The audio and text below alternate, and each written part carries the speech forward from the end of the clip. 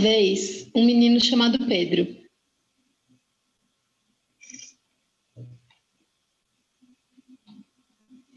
Pedro morava em uma casa amarela com sua mãe e seus 2 irmãos.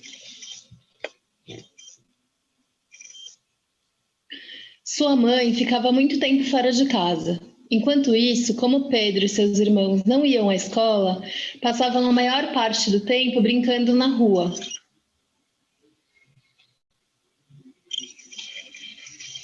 Certo dia, a campainha tocou. Era uma mulher. Ela disse que levaria Pedro e seus irmãos para um abrigo. Pedro pensou, um abrigo? Mas o que é isso? Por quê?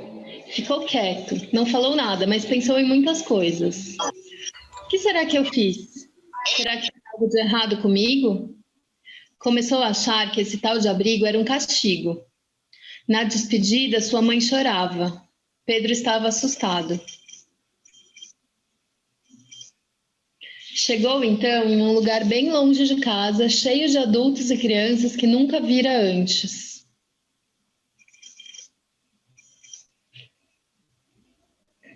Um lugar estranho com pessoas estranhas. Pedro se sentiu pequenininho. À noite não conseguia dormir. Estava com saudades de casa, de seus amigos da rua e principalmente de sua mãe. Chorou baixinho, não sabia o que ia acontecer. Estava com medo. Conseguiu descansar um pouco quando seus irmãos foram dormir junto com ele, do jeito que faziam em casa.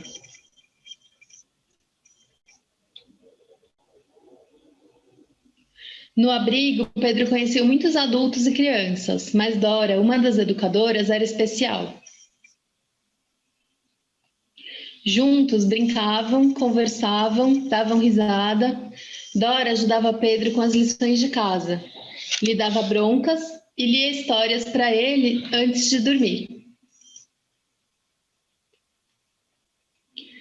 Pedro adorava Dora e Dora adorava Pedro.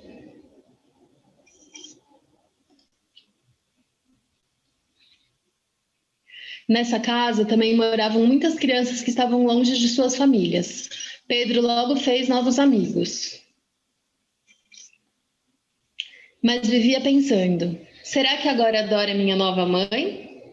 Será que vou ser adotado e ter uma outra família? Ou será que vou voltar para minha casa? E minha mãe? Por que ela não vem aqui todo dia? Será que ela não gosta mais de mim? Pedro não sabia o que ia acontecer. Sentia muitas coisas ao mesmo tempo: saudade, medo, alegria, raiva, tristeza. Até que um dia resolveu conversar sobre todas essas coisas com Dora.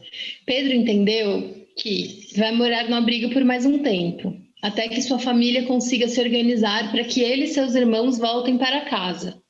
E diferente do que pensava, não está ali porque tem algo de errado com ele. Na verdade, não há nada de errado com Pedro.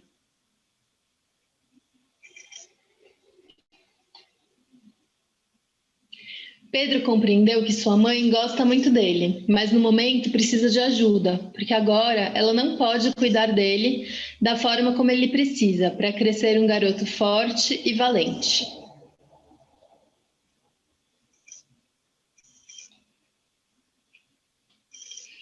Essa conversa fez Pedro se sentir mais calmo e tranquilo. Isso não resolvia tudo, mas era bom. Deitou-se então no colo de Dora e teve um sonho bonito sobre seu futuro. Pedro passou alguns meses no abrigo e voltou para casa. Junto de sua família, Pedro cresceu, tornou-se um homem forte e valente.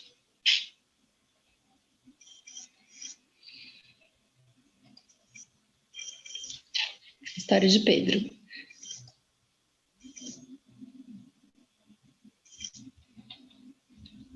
Alguém já conhecia a história de Pedro? O livro?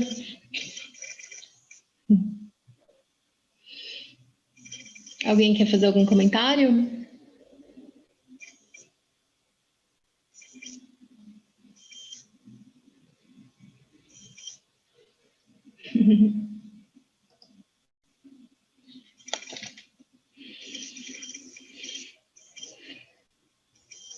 Muito bem. Só para a gente introduzir o tema, né? O Instituto Fazendo História, então, é uma ONG que existe em São Paulo desde 2005 e desde o início do seu trabalho foi definido um foco de trabalho com crianças e adolescentes em serviços de acolhimento. Então, isso desde o início, né? Apesar de existir outros serviços da rede muito próximos, parecidos, né? Esse foco no serviço de acolhimento fez o Instituto se constituir um núcleo de estudo e criação de metodologias para auxiliar os serviços de acolhimento no trabalho com as crianças e adolescentes. Então, o Instituto tem a missão de colaborar com o desenvolvimento de crianças e adolescentes com experiência de acolhimento, a fim de fortalecê-los para que se apropriem e transformem suas histórias. A gente é de São Paulo, né, e trabalha muito aqui, nessa região, mas também foi durante o tempo fazendo formações e desenvolvendo trabalhos em vários estados, né? E agora, online, a gente também está trabalhando com muitos locais, né? Então, Maranhão, Ceará, Paraíba, Rio de Janeiro, São Paulo, Brasília, vários estados aqui marcados. Pode passar, Larita.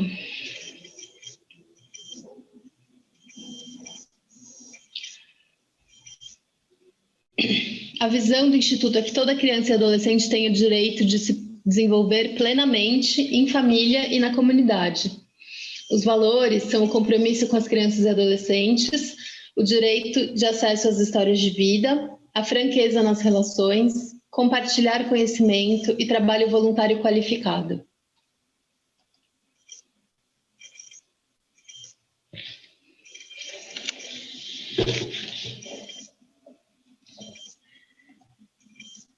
O Instituto tem 5 programas, então todo o trabalho é desenvolvido a partir desses 5 programas e um serviço de família acolhedora que foi implantado em 2015. Então, os programas são o apadrinhamento afetivo, que é voltado para as crianças com mais de 7 anos, que têm poucas chances de retorno familiar e também poucas chances de adoção por conta da idade, então elas são inseridas no programa, né, e iniciam a relação com padrinhos e madrinhas. Que tem longo vínculo, né, longa duração nessa relação com a criança e o adolescente. Tem o Grupo Nós, que é um programa voltado para os adolescentes que estão nos serviços e vão provavelmente sair na maioridade, então vão ser autônomos, né, ter que ter um trabalho, uma casa, e o Grupo Nós oferece todo esse apoio para esse momento de transição na vida dos adolescentes e dos jovens.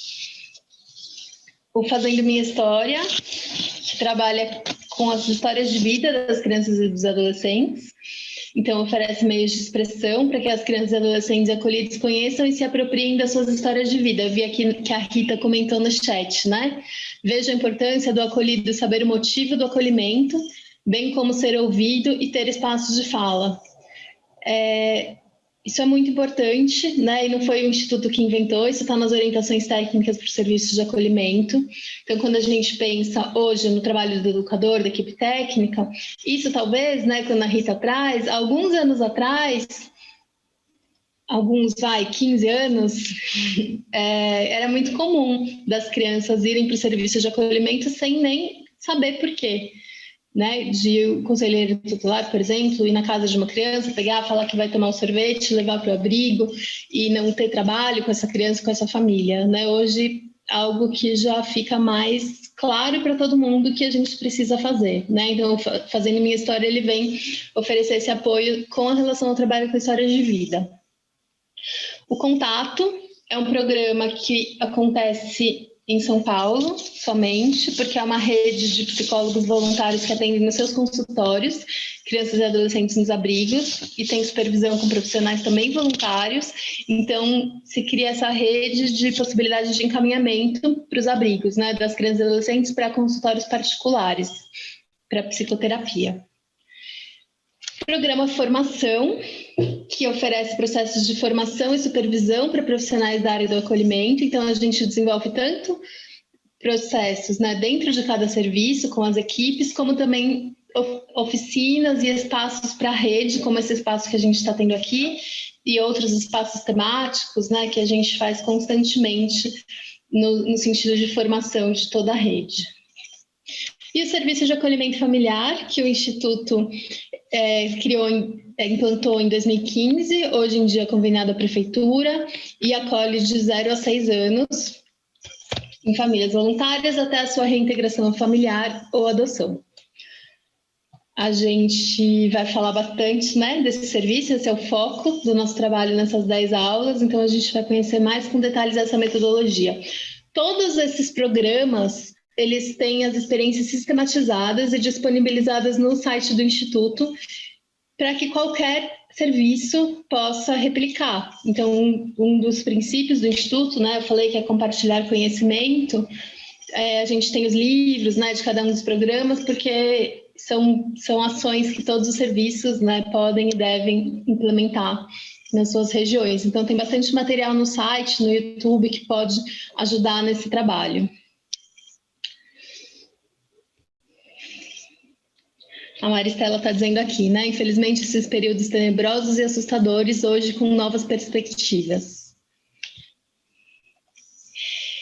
E acho que é isso que a gente traz aqui, né? Para a gente começar o nosso curso, quando a gente fala desse passado e dessas novas perspectivas, a gente situar um pouco o que é acolhimento, né? Quando a gente fala de acolhimento, a gente fala dessa transição, a gente fala de algo que era diferente no passado e que hoje a gente tem novos parâmetros. Todos os serviços e toda a rede no Brasil inteira estão nessa transição, né? Tem questões que estão muito adequadas já hoje em dia e algumas questões que ainda têm a ver com o olhar passado.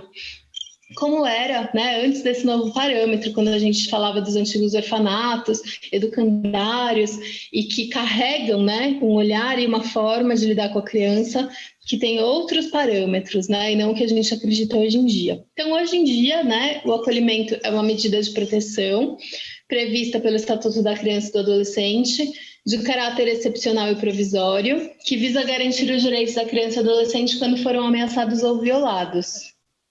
Ou seja, né, só em último caso mesmo, e a criança fica por um tempo curto, né, provisório. Atualmente, há aproximadamente 33 mil crianças e adolescentes acolhidos no Brasil, de acordo com o Censo SUAS 2018, esse dado? É o mais recente também, mas também o do ano passado... Esse ano? Não, ano passado do CNJ também, tá? Foi mais ou menos 32 mil crianças, então tá por aí.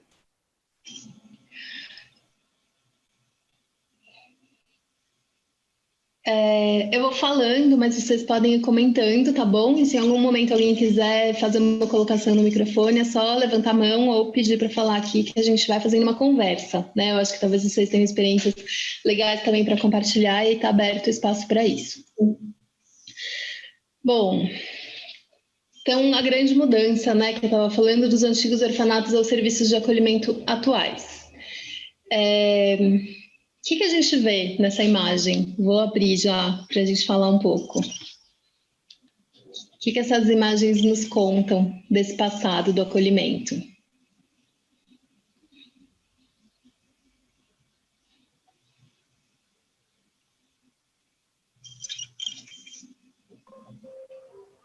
Alguém quer falar? Confinamento, né? Pelo que parece, não é? Quem está falando? É a Aline. Ah, Aline, desculpa, pode falar. É pela imagem que é para ver? Isso, o que conta pra gente de como era antigamente os serviços de acolhimento? Eu acho que a ideia de que a criança permanecia num confinamento, né? Não era integrada à comunidade local. Ótimo. Então, acho que essa imagem aqui, né, ela é uma foto, na verdade, de um antigo serviço de acolhimento em São Paulo. É uma instituição em São Paulo que este espaço era um orfanato. Então, tudo dentro, né? Escola, esportes, refeitório, médico e dentista, orfanato, o que era chamado instituição total, ou seja, tudo acontece dentro para que justamente a criança não saia, né? A Maristela está dizendo aqui, era quase um sistema prisional, espaços com muros, grades e lá dentro tinha tudo, menos socialização. Por que era quase um sistema prisional? Alguém quer dizer? Por que, né, que a criança não convivia com a sociedade?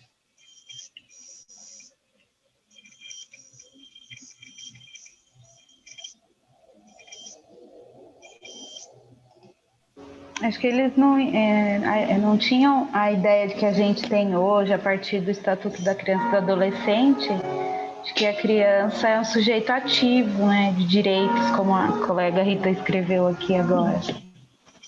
Então, Também, eu acho que também porque no passado os serviços de acolhimento, eles eram voltados às crianças problemas, né? As crianças problemas da sociedade, ou também para aquelas famílias de baixa renda que não tinham condições de cuidar dos seus filhos, não importavam vínculos. Eles eram retirados em função da situação de pobreza e também porque e as crianças consideradas problemas para a sociedade eram colocadas nos abrigos. Muito bom, Maristela. Acho que não existia essa diferenciação, né? Então, assim, o que era antigamente instituição era um local de, na verdade, né, tirar crianças que estavam nas ruas, né, da circulação. Então, pensando na própria história do Brasil, né, pós-escravidão, onde muitas famílias, né, pobres, negras, circulavam nas ruas, e surge em 1927 o Código do Menor, que era o Código de Menores, né, que era a lei que existia, né, com relação a criança e adolescente, que se tratava, na verdade, né, mais com relação à infração, né? Então existia essa mistura, né, de crianças que por alguma questão eram tiradas do convívio, por alguma questão como essa, ou essa visão também de que as famílias pobres não tinham condição de cuidar de seus filhos, então ou elas eram tiradas e levadas para o abrigo, ou as próprias famílias faziam esse movimento de entregar suas crianças para a instituição, que eram lugares gigantes, né? Então a gente está falando aqui da instituição total, a gente está vendo aqui do lado, né, algumas fotos que mostram camas, muitas camas, né? A gente sabe que ficavam às vezes centenas, né? 500 crianças, 400 crianças, 300 crianças, dependendo da organização, com uma rotina muito rígida, né? Essa ideia da disciplina, então essa ideia da ressocialização, a gente vai tirar essas crianças e educar elas, né? E dar algo que elas vão se transformar. Deixa eu ver aqui, tem vários comentários. Baixa socialização, não havia o que garante a Lei 2010, de 2009, a lei que busca garantir a convivência familiar e comunitária. Bem falou a colega, meninos e meninas não eram tratados como sujeitos de direitos, uma cultura muito pautada no pátrio poder, onde o homem era o dono da criança. E os orfanatos eram depósitos de crianças pobres, deficientes e as indisciplinadas. E o trabalho pautado no assistencialismo. Muito bom, Dani. Acho que essa questão do assistencialismo, né, não era uma política pública como é hoje, né? Então, eram muitas vezes instituições ligadas a igrejas, né, ou associações, né, caritativas, que davam para a criança o abrigo e a comida, né, e as atividades, e não existia nenhum trabalho, como a gente está falando aqui, com a individualidade, com a história de vida, com a autonomia, e muito menos com o trabalho com a família, né? Então não existia essa perspectiva de saída. A criança ia para o orfanato, para a instituição, e ela era uma substituição da sua casa, né? Ela ficava lá até os 18 anos. A Aldísia está levantando a mão, pode falar. E, Tatiana, também eu queria trazer um outro elemento que também não se pensava e nem se tinha estudos do impacto, né, da não convivência familiar e comunitária no desenvolvimento dessas crianças. Então, a impressão que se tinha é que queriam se disciplinar os indisciplinados, né? Cuidar de crianças que a família não dava conta, especialmente os pobres, negros, e aí se levava para esses espaços para, em regime meio que militar, discipliná-las, né? Com horários, com comportamentos. E não se estudava sequer e não se preocupava o impacto desse tratamento no desenvolvimento dessas crianças como seres humanos íntegros, né? Em plenitude, né? Da importância do afeto, do carinho, da família, da comunidade para essa criança se desenvolver. Então, eu acho que o sistema de garantia, né, naquela época, era o meio que militarizado, né, e não se importava com o que ia dar de impacto no desenvolvimento infantil com esse tratamento. Com certeza. E com muita violência também, né? A gente sabe. Gente, só um segundo.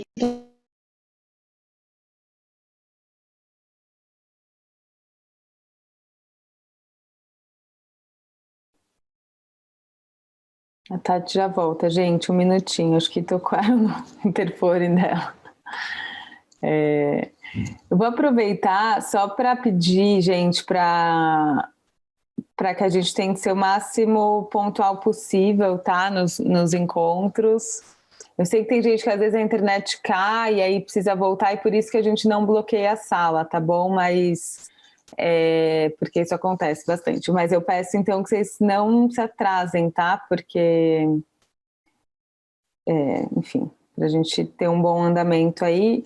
Vocês viram que eu mandei no grupo aqui, no chat, sobre o grupo de WhatsApp? Se vocês quiserem entrar, a gente vai comunicar, mandar o link de acesso do Zoom semanal, mandar algumas coisas para vocês por lá também, além do e-mail. Quem não quiser entrar, não precisa, tá bom?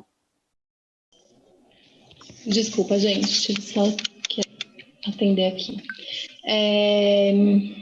A Aldísia estava falando da questão da punição, né, e da violência. Eu acho que na verdade esse era o principal trabalho, né, que era feito. E eu acho que é muito legal isso tudo que a gente vai retomando, né, para a gente ir pensando o que hoje ainda se reproduz, né, dessa história, desse olhar. Então, por exemplo, né, essa questão da punição e do controle, eu trabalho muitas vezes no serviço de acolhimento, né, com os educadores que querem manter o lugar organizado, né, manter a ordem acima de qualquer coisa. E o comportamento, né? Então é algo também que vem desse passado, né? Que a gente reproduz. A gente tem um vídeo que eu acho que está na plataforma, se não tiver a gente inclui também, que é uma reportagem da década de 80 num orfanato em São Paulo também, que mostra o padre, né, que é o gestor do orfanato, falando sobre como é o trabalho, né, como que é o trabalho com as crianças. É muito legal da gente observar tudo isso que a gente está falando aqui, né, que era um lugar gigante com muitos meninos, e como que era esse trabalho. Maristela está dizendo: um bom filme para ver, Massacre das Culturas, e não respeitando a convivência familiar e comunitária. A Educação da Pequena Árvore, eu não conheço. Vou anotar aqui. Pode passar.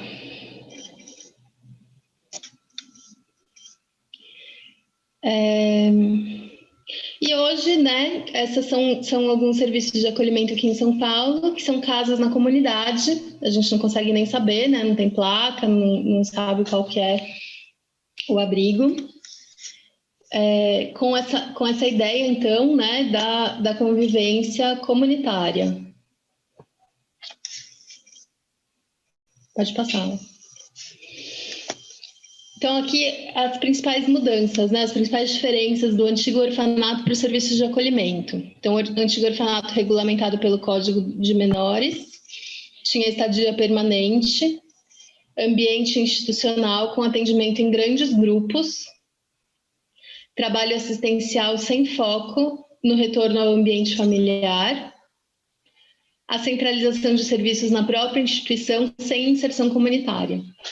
E os serviços de acolhimento hoje, regulamentado pelo ECA, alguém falou aqui no chat também da Lei 2010, né, e as outras alterações posteriores, na verdade, do ECA, Plano Nacional de Convivência Familiar e Comunitária e Orientações Técnicas. o período no máximo de 18 meses que a criança fica acolhida e a revisão a cada 3 meses de todos os casos pela autoridade judiciária. Atendimento personalizado em pequenos grupos, trabalho com famílias para a preservação dos vínculos com busca de reintegração familiar e utilização da rede de serviços comunitários.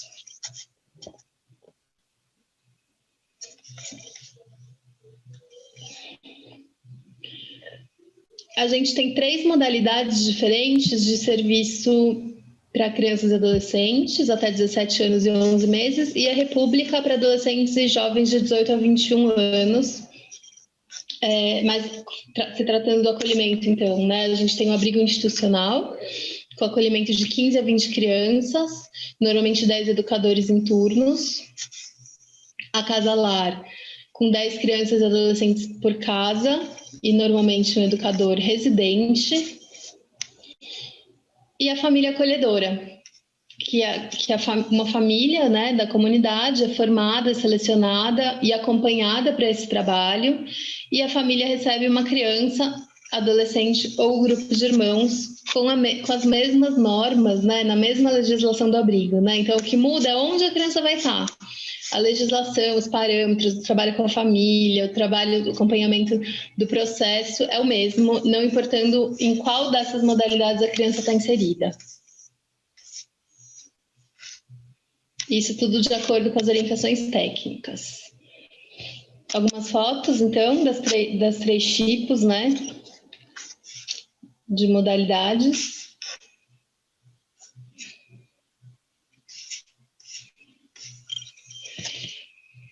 E aqui, essa pesquisa, que já é bem antiga, né, mas é a pesquisa mais detalhada com relação aos motivos de acolhimento das crianças e adolescentes no Brasil, feita pelo Ministério do Desenvolvimento Social em 2011, ela traz como os principais motivos de acolhimento negligência da família, 37,6%, 20,1% responsáveis dependentes químicos alcoolistas, 10,8% violência doméstica física, 10,1% situação de rua, 9,7% carência de recursos da família, 5,5% violência doméstica sexual e 4,4% orfandade. O que chama a atenção de vocês nesses motivos de acolhimento?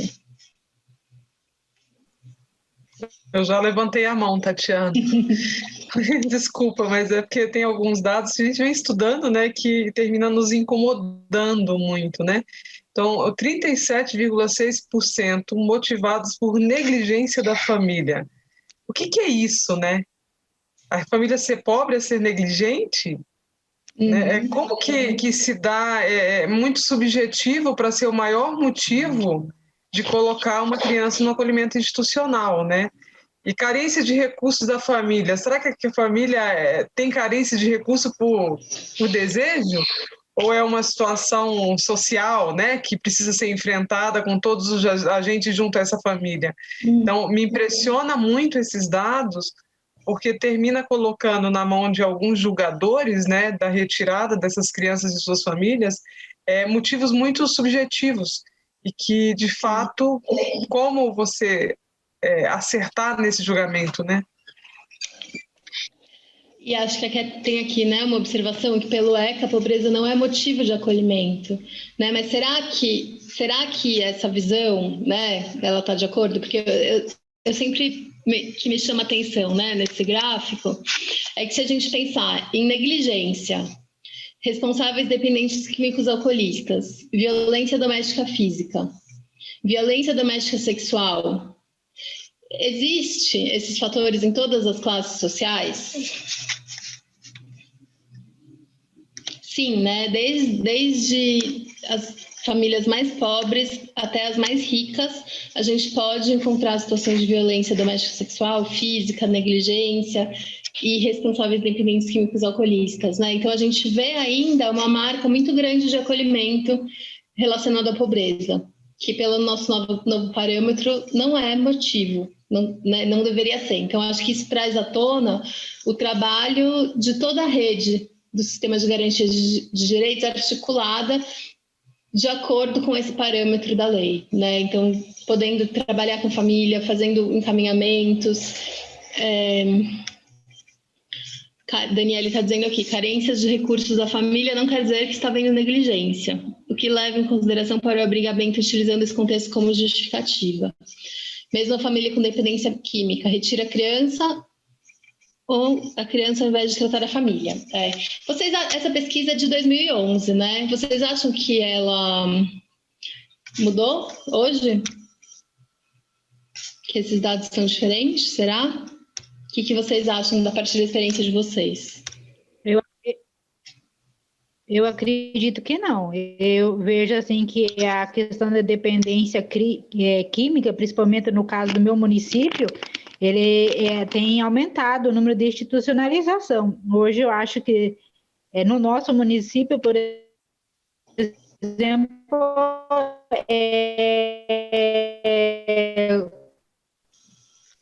praticamente todas as crianças que estão lá institucionalizadas foram retiradas de famílias, principalmente, né? Uhum.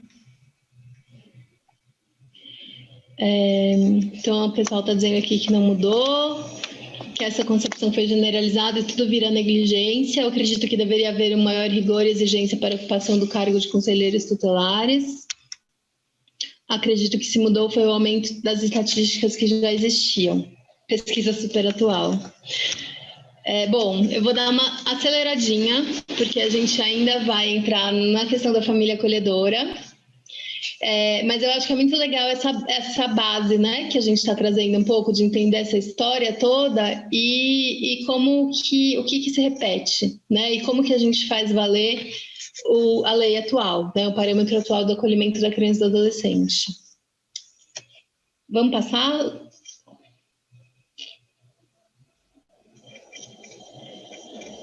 Então, o fluxo que deveria acontecer, né, eu acho que isso a gente vai trabalhar mais profundamente em próximos encontros, pensando, né, no trabalho com a família, nos fluxos dessa rede, né, dessa articulação da rede também, né, porque o fluxo, então, deveria ser, quando tem uma situação de risco, acontecer intervenções em rede para apoiar a família.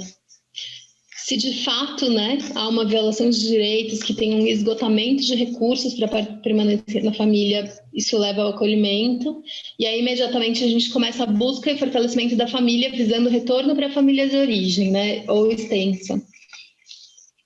E a partir dos relatórios e do trabalho feito, a definição judicial e o estudo de caso realizado pela rede, que leva a retorno à família ou a destituição do poder familiar, e aí um encaminhamento para adoção ou trabalho para autonomia, sempre pensando na garantia do direito à convivência familiar e comunitária. Só mais uns comentários aqui. É mais fácil por negligência, não responsabiliza ninguém, a não ser a família e a criança. Percebe uma dificuldade do trabalho em rede se efetivar, acabando por se sobrecarregar a política de assistência social e culminando no acolhimento. Então, os documentos oficiais são a base e o norte do nosso trabalho, né, pensando em família acolhedora, em serviços de acolhimento institucional, em casa-lar, e em todo o sistema de garantia de direitos, né? Então, o Estatuto da Criança e do Adolescente e as alterações posteriores, o Plano Nacional de Promoção, Proteção e Defesa do Direito à Convivência Familiar e Comunitária, que ele já é vencido, né? Então, ele tinha metas até 2015 para serem cumpridas, e ele está num processo agora de se refazer, né, de se atualizar, para que novas metas que não foram alcançadas possam, de novo, né, ter um plano de metas para a gente olhar para elas. E as orientações técnicas, serviços de acolhimento para crianças e adolescentes, e as diretrizes internacionais sobre as modalidades alternativas de cuidados das crianças. Isso, a revisão do plano.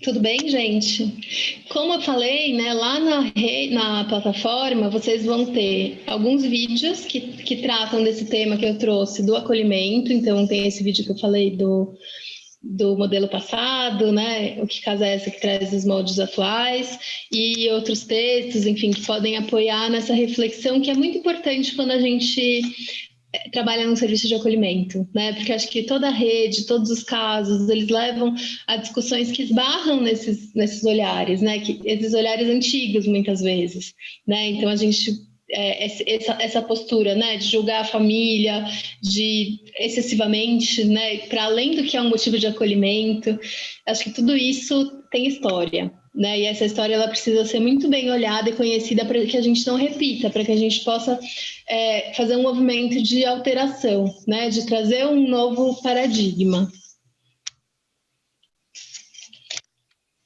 Legal, Maristela. Então, assim, acho que foi rápido, né? Acho que a gente vai seguir conversando sobre muitas coisas, mas acho que essa base, né, que eu tenho certeza que muita gente aqui também já sabe, né? Eu acho que a ideia não é ensinar nada, mas é a gente poder partir desse princípio comum, né? Essa é a base do nosso trabalho. E aí, para a gente começar, então, a introduzir o tema, né? O nosso tema principal, que é o da família acolhedora. Eu acho... A gente Estava pensando, Tati, que os vídeos das oficinas que a gente está fazendo são bem legais, né? Para introduzir um pouco... A gente vai mandar para vocês alguns outros vídeos. É que são longos, mas acho que vale a pena ver, sabe? Para a gente entender um pouco o nosso percurso histórico...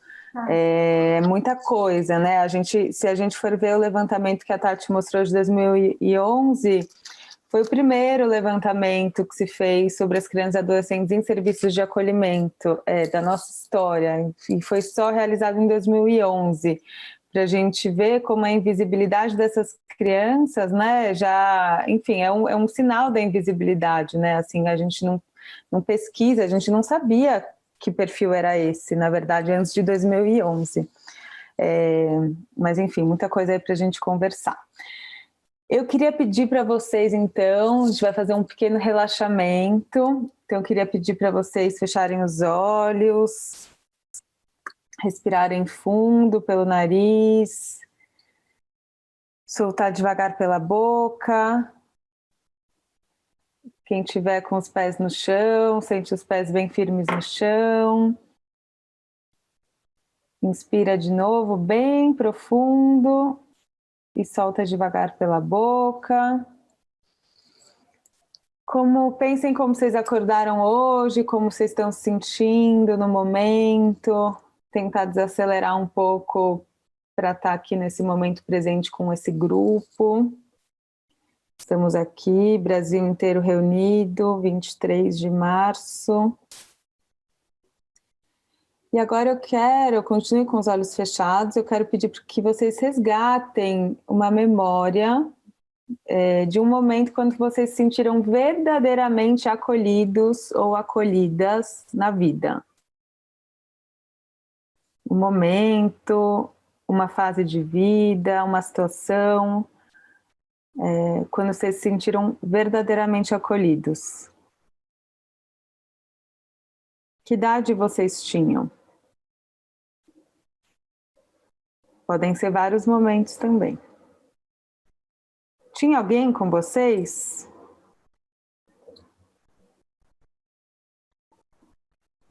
E quais sentimentos esse momento provocou? O que vocês sentiram?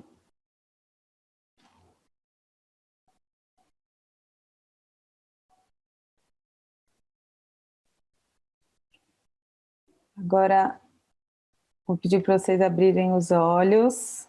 E quem conseguiu pensar num sentimento, escreva no chat, por favor. Se vocês puderem compartilhar o que vocês sentiram nesse momento.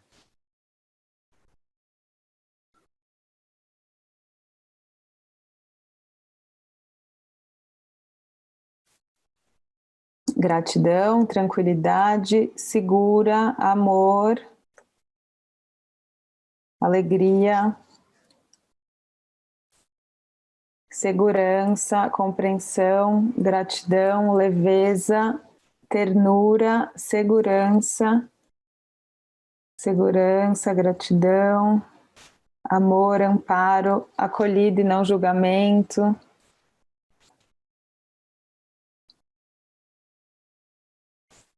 pertencimento, conforto, amor, gratidão,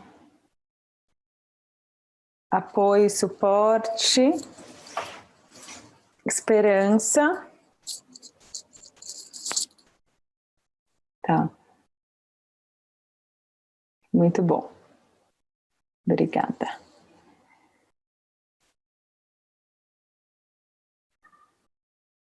Eu vou passar um pouquinho uma apresentação, continuar a apresentação rapidinho. Calma aí.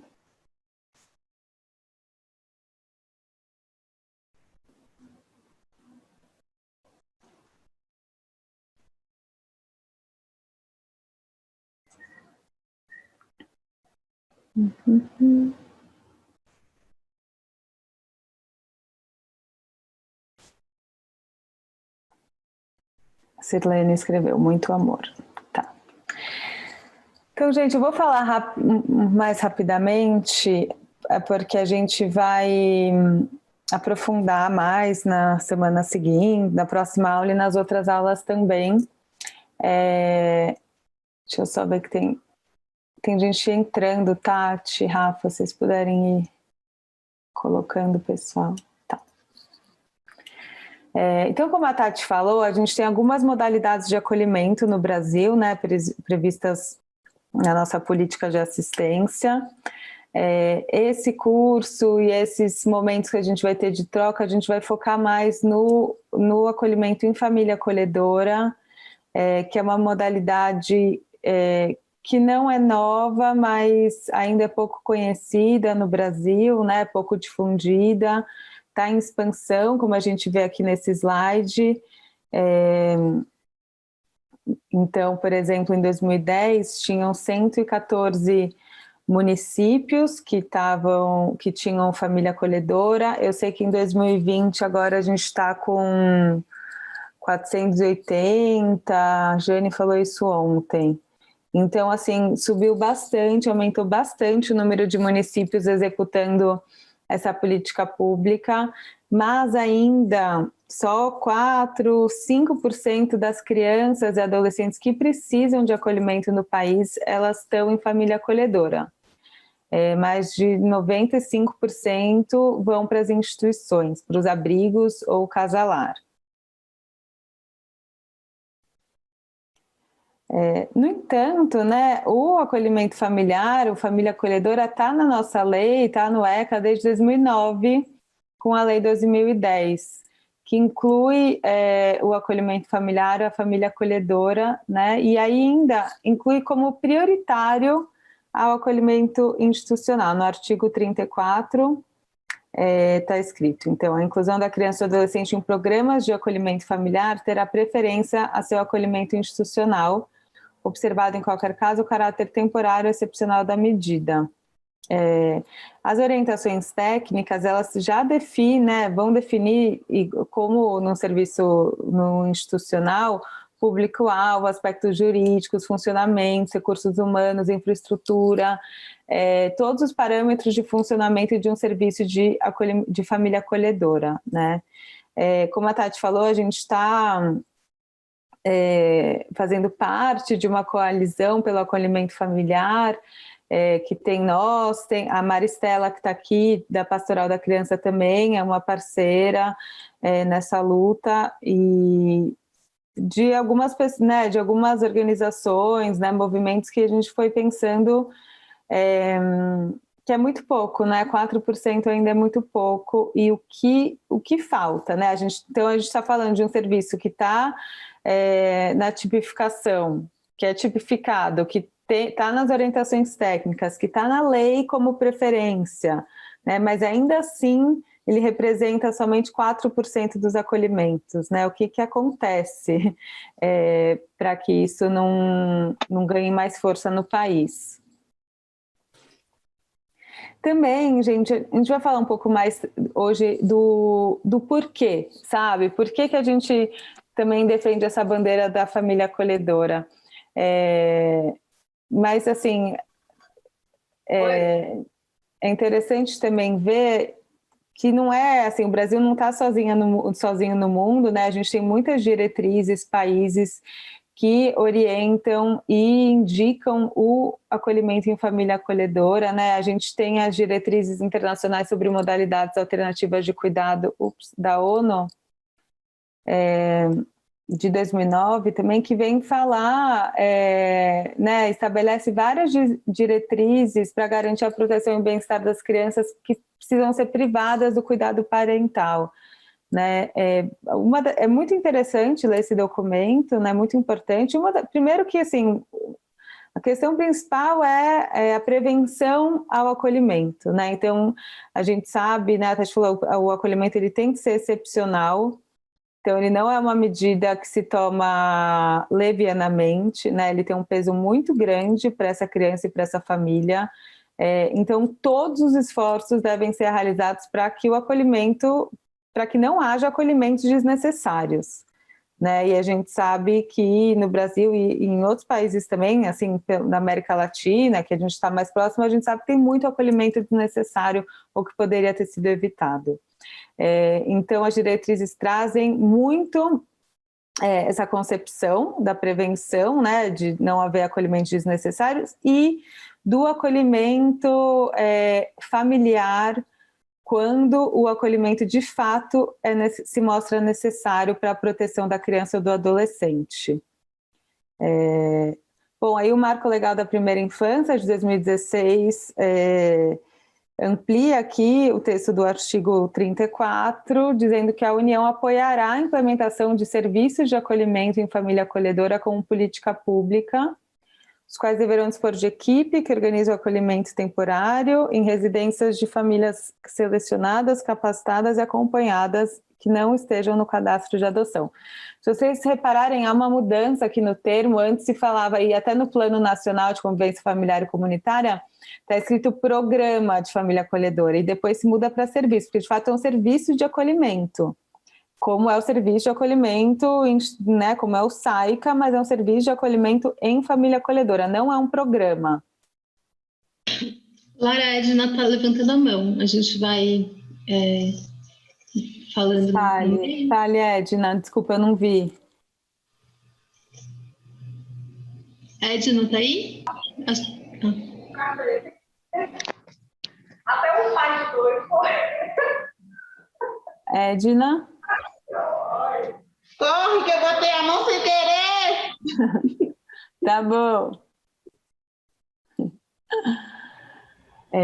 E aí, eu não sei se vocês conhecem, gente, o videozinho depois a gente passa para vocês, mas a campanha Fale por Mim, organizada pela Unicef, por várias organizações da América Latina e do Caribe, que o Brasil foi signatário, né? É signatário desde 2013. Na verdade, houve um evento em 2013 que foi realizado aqui no Brasil, de lançamento da campanha Fale por Mim, né? Era uma campanha que luta pelo fim da institucionalização de crianças até 3 anos na primeira infância. Eu vou falar um pouco mais sobre a questão da primeira infância, mas a campanha ela falava de números altíssimos de bebês, né, até 3 anos, em instituições da América Latina e no Caribe, atentando para os prejuízos que essa institucionalização precoce podia causar para as crianças depois, futuramente, né?